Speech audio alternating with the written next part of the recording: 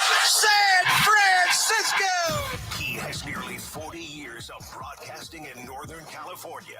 Voice of the San Francisco 49ers, Greg Papa. Sponsored by Sunpoint Public Adjusters, the gold standard of the public adjusting industry. It's that time, Friday, 9 o'clock. We always check in with the voice of your San Francisco 49ers, and that is Greg Papa. Joining me, Jason Ross, Carmichael Dave here, and Greg Papa. Greg, good morning. How are you? Good morning, guys. Cowboys week. Fun week this week on Sunday Night Football. How are you? I got to check in with Dave first. Dave, you okay? We know the Niners have had some tough times. You hanging in there? I just want to say, first off, it was I was in England during the game, and I tweeted out a video because they were showing on the Sky Sports, which is what does football over there. They were showing Niners highlights, and it was Greg Papa, which I thought was amazing because I was watching Greg Papa in my England hotel room. And then I'm a fan of Greg's, and he knows that. He knows I adore him as a human, but I think he's just literally one of the best play-by-play voices of all time, and he knows that, and I follow his work. So I heard him on a San Francisco radio station earlier this week, and he sounded very much like I do after Niner losses. He was making hard statements. I think the tweet was even titled like, Greg Papa is depressed about the game or something like that. So I know we normally do this. I get on the couch and Greg is the psychologist stuff after losses, but none of that crap today, Greg. You and I are both in the same boat. We are both worried about this team. We are, and I got to hear more about your trip to Great Britain. Will Gavin is a great friend of ours, and our broadcaster on Tim and I, and what you guys hear on Sactown Sports, and he's on weekly in England. So I've grown very close to our fan base there, so I know how great that is. But and last time I saw Will Gavin, who actually does some play-by-play over there when they have games in London, was at the Super Bowl. And the reason I was kind of in a reflective mood, and you may have heard my show on Monday or heard clips of it. So it was 252 days between February the 11th and the 49ers Chiefs going to overtime. And I know it was a tough loss, but one of the greatest Super Bowls ever played until October the 20th, which was the game on Sunday. And I just wanted to take a little bit of a check on where the Chiefs are, where the 49ers are. I know they're 5-0. Kansas City going into the game. They were beatable in 2 or 3 of those games, but their defense is playing great. They got a running game going, and they got that quarterback, and they haven't lost a game. And the Niners, I know going into the game, we were 3-3, but could have been 5-1, kicked a couple of games. So, we're playing well against Seattle. So I was just, where are we at? And I got to say, watching the game, we're a long ways away from the Kansas City Chiefs. We're a long ways away from being what the Niners were last year. We're just not playing well right now in any respect. We could not run the ball against them. We could not throw the ball against them. Now, you didn't have Jawan Jennings going into the game. You wake up the morning of the game and Debo's got pneumonia. He's got an oxygen mask over his face. He looks peaked and he looked awful. And then right before halftime, Brandon Ayuk not only tears his ACL, but he tears his MCL. And he's got other things going on there. So the whole thing is like, what? Who's going to play X receivers, E, F? We're having special teams breakdowns left and right. Still, they found a way to get within 14-12, and we're driving for a game go-ahead field goal, and Brock throws the ball. Where are you throwing the ball to? And they wind up intercepting, and 28-18 to me was not indicative of the scoreboard, Dave. It was Kansas City, like Kyle said, kicked their ass. And so where are they at right now? We're a long ways from the team that was so close to winning a Super Bowl. It feels like you're miles and miles and miles away. So let's be real.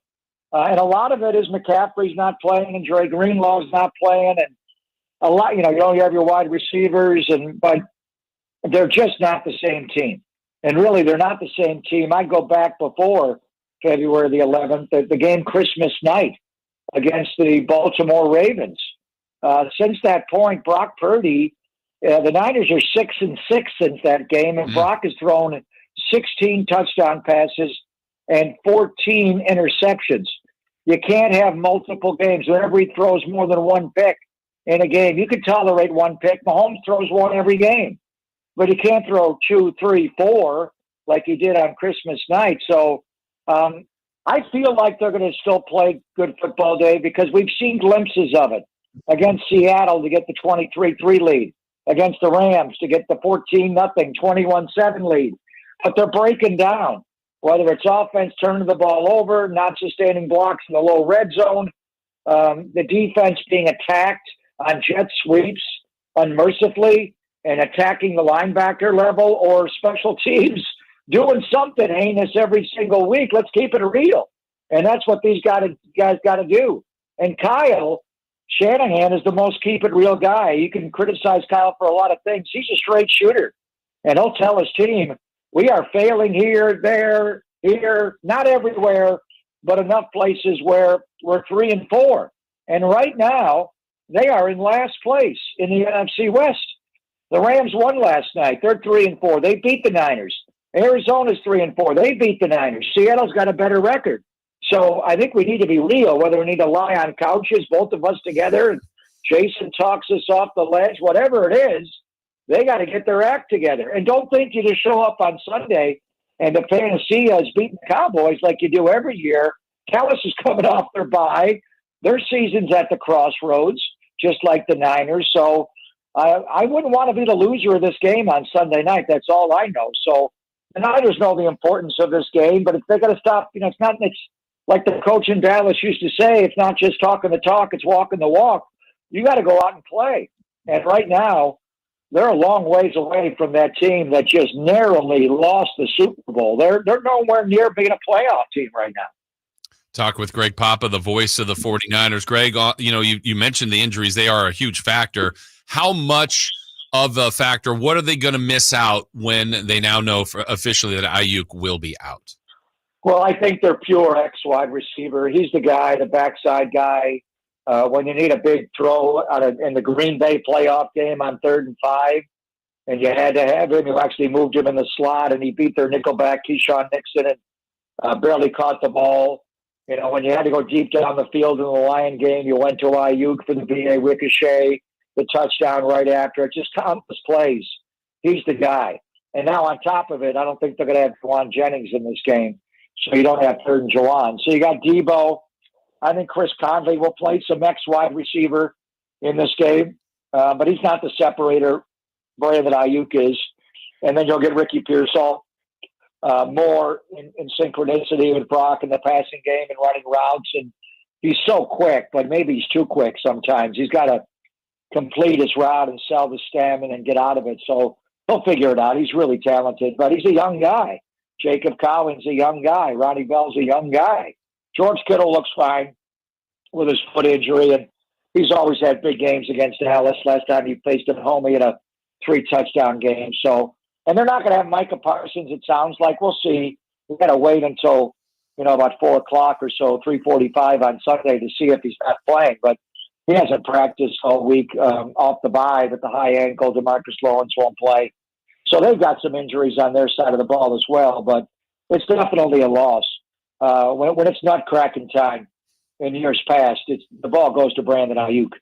Jennings, a lot of times on 3rd down, but almost every other situation, it's Ayuk. And it's a bad injury. It's not just an anterior cruciate ligament. It's a medial collateral ligament, and there's other stuff going down around there in that area of the right knee. So let's just hope he can make training camp at some point next year and be good to go by the season opener next year, because that's a bad injury.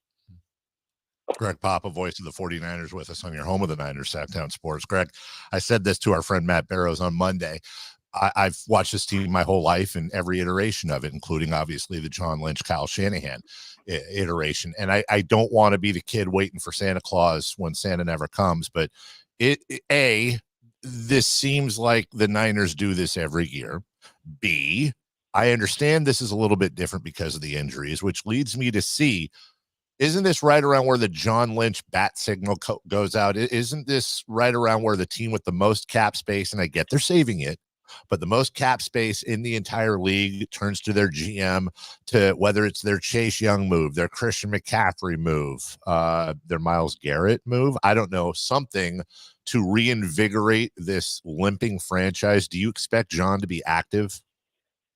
Yeah, she's talking. There's no doubt. And the thing that's interesting is our last game before the deadline is Sunday. The league will play another game the week after. The deadline is election day in this country. It's a pivotal day for our nation's future and the future of the Niners and the league, November the 5th, 1 o'clock on Tuesday. So this is the last game to figure out what you need. I think you need to wait and see what you need. I mean, right now, to me, the obvious need would be linebacker upgrade. But, when is Dre Greenlaw coming back? Can they get by with D. Winters? Teams are attacking Devondre Campbell.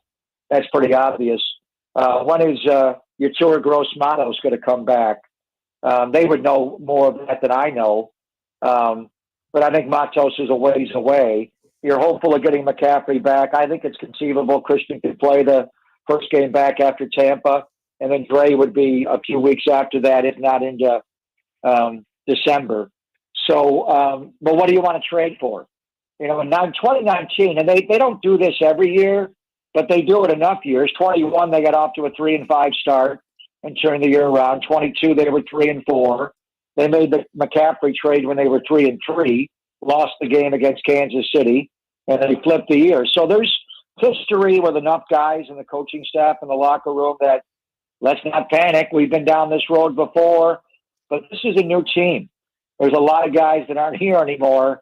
There's new guys here. There are some that have experienced it, but they got to go out and set their own path. Whether it's John adding a few players, I don't think you're going to get Myles Garrett. Why would the Cleveland Browns trade? That's like us trading Bosa. The year he tore his ACL. Why would they? Why are they going to trade that guy? Are they going to play a season next year in Cleveland? I know they got one win, but I mean, in a league is strange. Sometimes great players are traded for cap purposes, and I get that, but I don't see them trading Myles Garrett.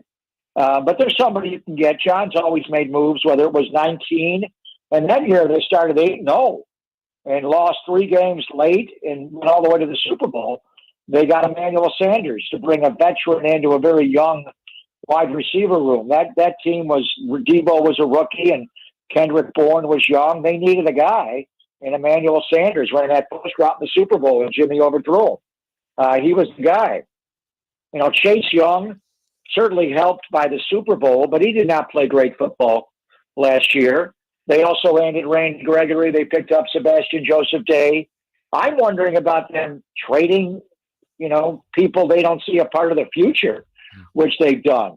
The 2020 year, they traded linebacker Quan Alexander away because they knew he wasn't going to be a part of it. It was Dre Greenlaw, Azeez Al-Shire, and obviously Fred. So, yeah, I think they'll look to add. What areas do you want to add? Let's wait and play this game Sunday. You may, I don't even want to say it, but suffer a season-altering injury at a critical position, so your needs change. I mean, right now, to me, it would be linebacker and defensive line in light of the Gravedigger injury, and even an edge guy in light of the Gross-Matos injury. But would you make Charvarius Ward available? Kansas City lost Jalen Watson last game. He's a really good young corner, and they traded L'Jarius Sneed in the offseason, Dave. So they got McDuffie on one side, and he can go in the nickel, but they're going to get attacked with Jalen Watson down. Would they want to reacquire Charvarius Ward? What would they give up to do that? And the reason I bring that up is Mooney Man's contract's up after this year. How are you going to pay him next year? And then you've got other guys that are playing well. Bernardo Green's playing well. Ike Adams playing well. Obviously, D. Molinore's playing great.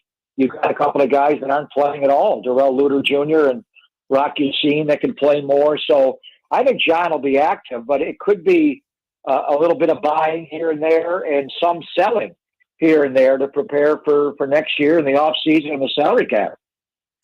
Greg, we all look forward to the game this weekend. Bye week next week. We're still going to get a chance to talk to you, though, next Friday to talk about this Cowboy game? Where I'm going to be next Friday? Where? I'm going to be in Los Angeles, California, getting ready for, I think there will be a Game 6 of the World Series. So, yeah, we'll definitely talk next week. But it could be a little bit of let's go Yankees. Let's go Yankees. Yeah. Let's revive and sack. Now, I know we want to beat LA, but being A's country up there for years and Giants, they're not big Yankee fans, but which way you guys pulling? Dodger blue or pinstripes?